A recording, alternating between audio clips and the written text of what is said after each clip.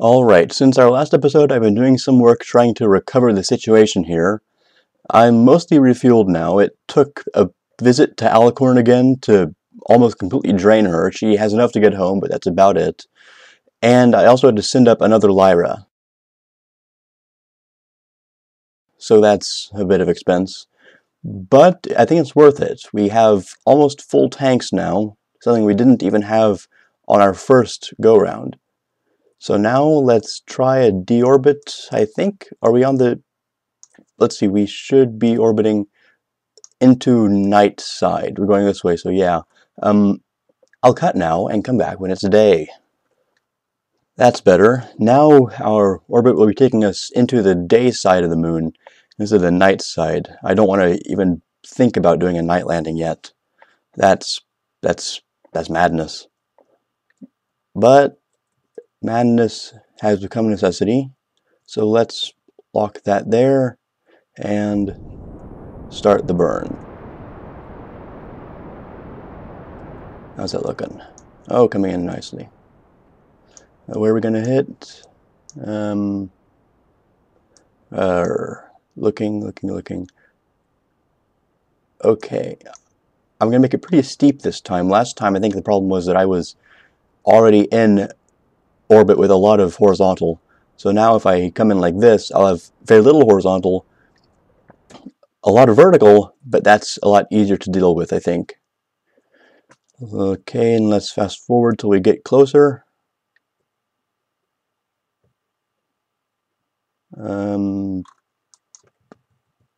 Yeah, I think I want to make an adjustment now. This is official, by the way. This is the real, honest-to-goodness Munshot 1 landing.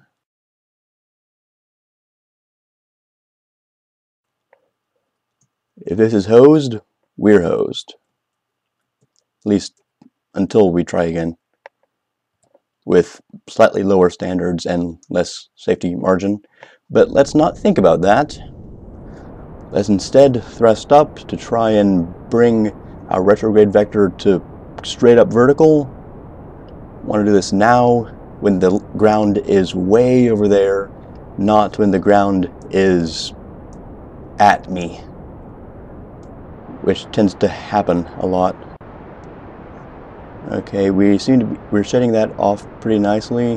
What's our trajectory looking like? Okay, yeah, that's good. Should have done this at apogee. I'm wasting fuel lowering my apogee that I'm not even going to get to when I should be using it to land. But we got fuel. We got good fuel. Lots of it. Actually, no, we don't. We already cut off like, what is that? Maybe a third of it? Okay. I'm starting to not like this lander design as much as I was. If this were creative, I'd make a run of it with a half tank instead, see if the lower weight would give me better fuel efficiency. But I've already got this one in orbit. I've already got the ground coming at me alarmingly fast, so I'm going to live with it. Nudge over a bit. Okay, yeah. If I had a flight computer on this, I could see my horizontal velocity. I could see it. I could see it printed out, but for some reason I didn't put one on this.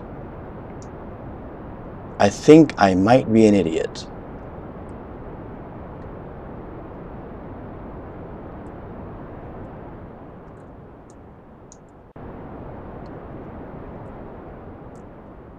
And let's cut that again. That's enough of that for now. Quick check on the radar altimeter. Not pinging yet. That's good. Let's slow down again. I'm getting a bit worried. Extend the gear, because that might help if I crash. One more thing to break before the capsule does, I guess. Yeah. Nudge over just a little bit. There we go. Right up and down. Perfect. Radar altimeter check. We are getting ground contact. Okay, that's reading, that looks like 1 kilometer up. Oh, and we're ascending, dang it. But this tells us that we're about 1.5 kilometers off. When this reads 1.5 kilometers, reality reads you've hit the ground. So that's something to keep in mind.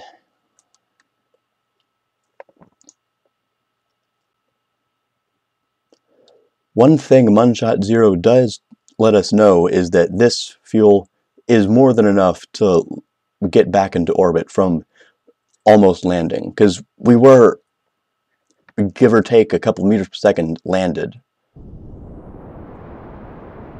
Okay, ease that down. Radar altimeter 500. We keep going up, dang it. Not paying attention. Gonna be the death of me. Can't fast forward, probably shouldn't fast forward.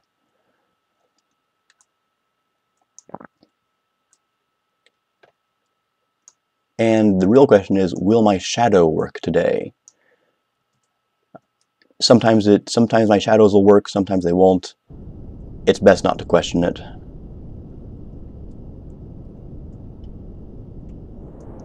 Okay, thrusting. Not so thrusting, but a little bit. Cut. Okay, easing it down, ease down. I don't want to send another one of these. This has already gone on way too long. Come on. Land on the ground. Slowly but decisively. Like that. Oh, don't tip over. Don't tip over. It didn't tip over. Yes! Yes, I've got it. Okay. Yes, I've got fuel to get back home. We're down. Wuna is on the ground. It's in one piece. Extend the ladder. Kentop. That's a slightly more badass name, so that will be our first Kerbal on the moon. Sorry, Deswig. Oh crap. Oh, okay. Look, guys, I forgot a ladder bit. Oh, good. You know what? I think these might be plants. I think these Kerbals might be some sort of plant life. I mean, look, they're green. They don't need much life support, clearly. They don't mind G-forces very much. Why am I talking about Kerbal anatomy? We're on the frickin' moon. That's awesome. And my shadows are not working. Might look into that, might not, but oh well. Let's take a rock sample. Run? Yes, we're running. Good. Jump. Wee. Whoa. And landing. Okay. And whoa. The rocks are very light on the moon. Not very dense at all. But yes, let's take our sample. Get our high up view. I was reading that there might be flags in the next update. I'm not sure how that would work, but when they do, let's bring one and put one back at this spot, wherever we are. Okay, yeah, the coordinates are there on the screen. When they get flags, I'll look this video up and come back here, put a flag on. But anyways, yeah, that's the moon. It's boring. Let's go home.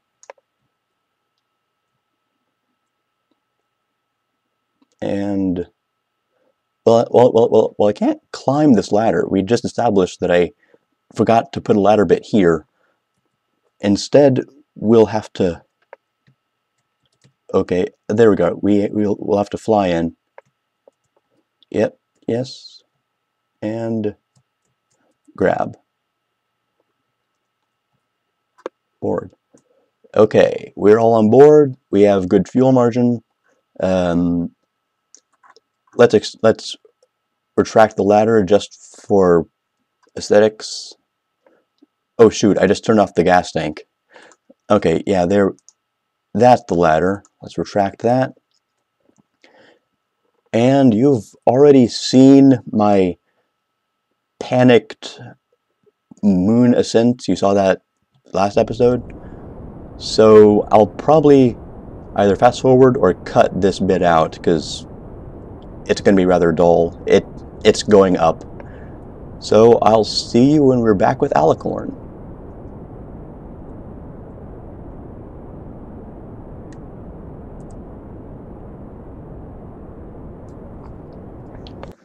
Alicorn is in sight.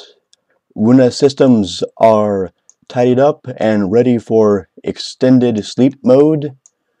So let's start bringing people over, shall we? Let's start with Deswig.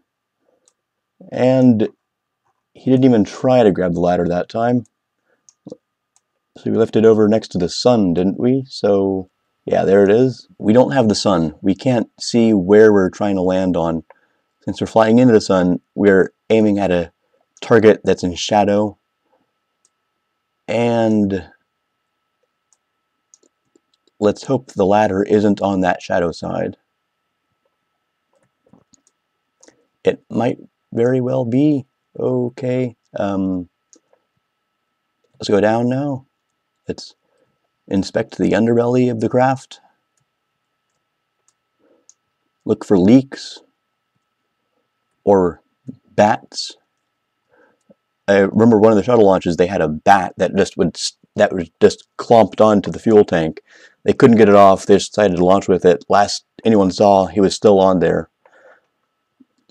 So maybe we got one of those. That'd be kind of fun. But anyways, we're attached, so let's board. I'll bring over the other guy now. Oh good, we're still within quick swap range.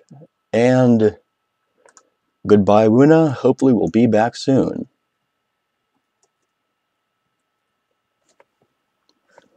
And our two great heroes are on board here in the crew tank. We have Deswig and Kentop, and I just realized Deswig never even got to get out. What was he even there for? Ah well, it'll be good press, I guess. Sending 2 Kermans to the moon must be twice as impressive as sending just 1.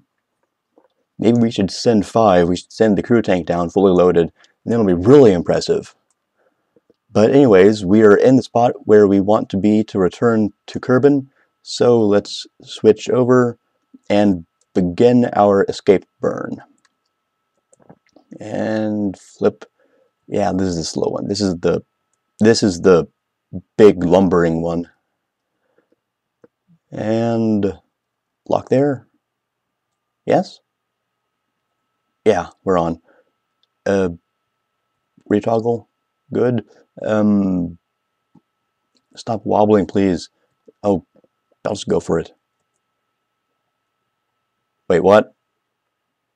Houston, we have a problem. We're not responding. Engines are not responding.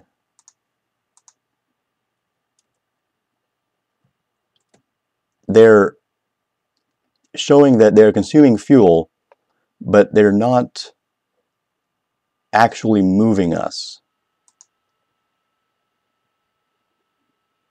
Where'd that fuel go? I'm sure we have fuel in this. I mean, there's the tanks right there. Disable this. Okay, what are the buttons we have? Okay, think about this logically. We have fuel in this, and fuel in the radials. That should be enough to. That should be something that should be feeding into the engines, and it kind of is. There's fuel apparently just gushing out because when I throttle up, I get the consumption going up. Is that affecting my trajectory at all? No, it isn't. It's just drizzling out, I guess. If this were a real engine, I'd say there was a problem with the engine itself, but these are computer engines and they're not allowed to break. Apparently, I'm gonna press the fraps button when I didn't mean to. What I meant was I'm gonna quit out of the system and then go back into Alicorn, see if that fixes it. I've done that, so let's see if I'm still not getting anything. Fricker.